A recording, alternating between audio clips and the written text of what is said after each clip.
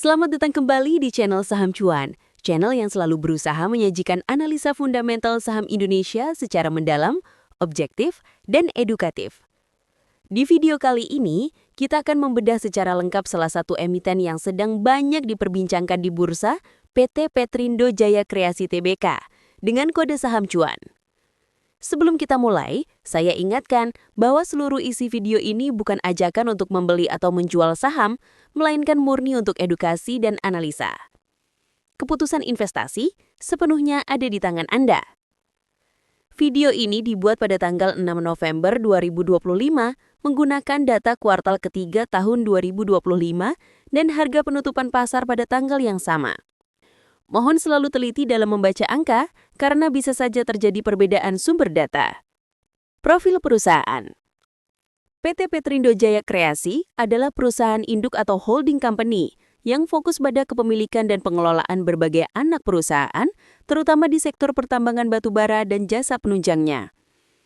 Melalui beberapa entitas anak, Cuan memiliki 2 konsesi tambang batubara utama di Kalimantan, serta unit usaha penunjang seperti angkutan laut domestik, perdagangan batubara, dan konsultasi manajemen. Beberapa anak perusahaan terbesarnya antara lain, PT Multi Tambang Jaya Utama, dengan total aset sekitar 295 juta dolar AS, bergerak di tambang batubara. PT Kreasi Jasa Persada, dengan aset 179 juta dolar, berfokus pada jasa penunjang tambang. PT Tamtama Perkasa, tambang batubara dengan aset 124 juta dolar, dan PT Mareta Persada yang bergerak di perdagangan bahan bakar dan industri turunan batubara. Dengan struktur seperti ini, Cuan bisa kita sebut sebagai mini holding group di sektor energi batubara. Mirip dengan modal bisnis energi terintegrasi SNSA namun dalam skala yang masih bertumbuh.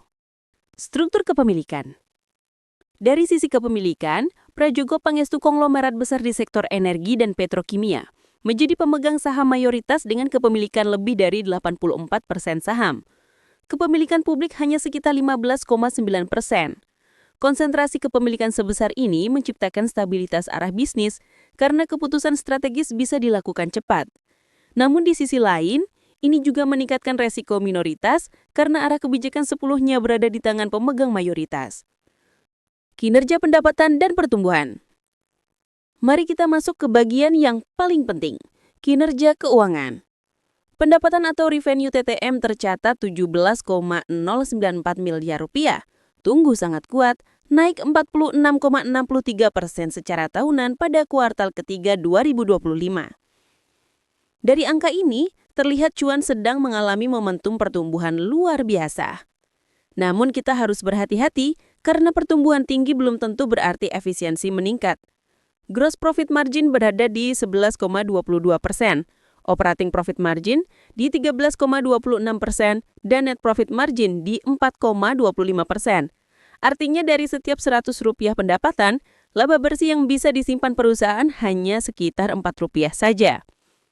Margin bersih ini termasuk rendah, terutama untuk perusahaan tambang yang idealnya bisa mencapai 10-20% jika efisiensi dan harga komunitas mendukung. Profitabilitas dan efisiensi. Sekarang kita bahas efisiensi manajemen.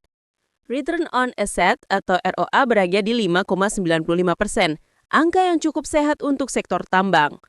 Namun yang menarik, Return on Equity atau ROE mencapai 44,7%, sangat tinggi. Tingginya ROE ini tidak hanya disebabkan oleh laba, tapi juga oleh leverage atau penggunaan utang yang besar yang memperkecil porsi ekuitas dibanding aset. Dengan kata lain, Cuan berhasil mengungkit pengembalian modal lewat pinjaman, tapi itu juga berarti resikonya meningkat. Perputaran aset atau asset turnover berada di 0,46 kali, artinya perusahaan menghasilkan Rp46 pendapatan dari setiap Rp100 aset. Cukup wajar untuk industri berat seperti tambang yang padat aset. Sementara Day Sales Outstanding mencapai 64 hari, menandakan perusahaan butuh waktu sekitar 2 bulan untuk menagih piutang. Ini bisa diperhatikan lebih lanjut karena berdampak ke arus kas operasional. Likuiditas dan struktur modal. Dari sisi likuiditas, kondisi Cuan masih tergolong aman. Current ratio 1,47 dan quick ratio 1,32 menunjukkan kemampuan menutup kewajiban jangka pendek masih memadai. Namun, Tantangan utama datang dari sisi leverage. Rasio debt to equity berada di 3,7 kali dan long term debt to equity di 3,2 kali. Ini sangat tinggi. Bisa dikatakan struktur modal cuan berat di sisi utang. Financial leverage yang mencapai 7,52 kali memperjelas bahwa pertumbuhan perusahaan sangat bergantung pada pembiayaan eksternal. Selama arus kas mampu menutup bunga dan beku utang, strategi ini masih bisa dijalankan. Tapi jika harga batu bara turun atau laba tertekan, resiko likuiditas akan meningkat tajam. Analisis arus kas. Mari kita bahas bagian paling krusial, cash flow. Meskipun cuan mencatat laba positif, arus kas operasi justru negatif 234 miliar rupiah. Menandakan profit belum terkonversi menjadi kas nyata. Arus kas investasi bahkan lebih besar, negatif 10,5 triliun rupiah dengan belanja modal atau capex sekitar 8,7 triliun rupiah. Sebagian besar dana ini digunakan untuk pengembangan tambang dan infrastruktur logistik. Lalu dari mana dana ini ditutup? Jawabannya ada di cash from financing sebesar 9,6 triliun rupiah. Artinya, ekspansi dibiayai oleh utang baru atau penerbitan saham baru. Free cash flow FC pun masih negatif 8,9 triliun rupiah. Jadi, perusahaan masih dalam fase ekspansi agresif dengan pendanaan eksternal. Solvabilitas dan kesehatan keuangan. Jika kita lihat indikator Altman Z-Score Original, nilainya 6,95, sangat tinggi, menunjukkan potensi kebangkrutan rendah menurut model klasik. Namun versi modified Z-Score hanya 1,76, yang justru mendekati zona bahaya. Artinya, secara akuntansi perusahaan masih sehat, tetapi dari sisi resiko keuangan, leverage tinggi membuat cuan harus sangat berhati-hati menjaga kas dan jadwal pembayaran utang. Valuasi saham. Mari kita bahas valuasi pasar. Dengan market cap sekitar 238 triliun rupiah dan enterprise value 260 triliun rupiah, cuan saat ini diperdagangkan di level yang sangat premium. Rasio price to earnings TTM berada di 100 kali, price to book di 47,77 kali, dan price to sales di 13,94 kali. Angka-angka ini jauh di atas rata-rata sektor energi di Indonesia. Secara sederhana, harga saham cuan saat ini mencerminkan harapan pertumbuhan laba yang luar biasa besar di masa depan. Jika pertumbuhan laba itu gagal tercapai, potensi koreksi harga akan tinggi. Resiko dan katalis. Sekarang mari kita bahas resiko dan katalis utama. Resiko pertama, leverage tinggi dan arus kas negatif. Perusahaan harus mampu menjaga likuiditas agar tidak terjebak tekanan bunga dan refinancing. Risiko kedua, valuasi yang sudah terlalu tinggi. Harga saham mencerminkan ekspektasi yang luar biasa. Artinya, ruang kesalahan kecil sangat sedikit. Resiko ketiga, exposure terhadap harga batu bara global. Jika harga batu bara jatuh, margin cuan bisa tertekan drastis.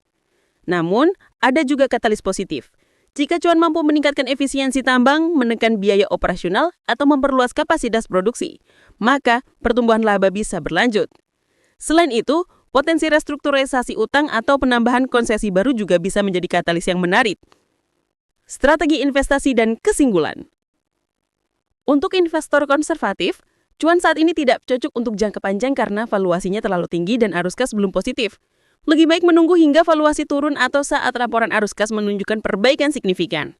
Namun, bagi investor growth yang berani mengambil resiko, cuan bisa menjadi peluang menarik, terutama jika percaya pada kemampuan manajemen dan prospek ekspansi batu bara yang masih tinggi dalam beberapa tahun ke depan.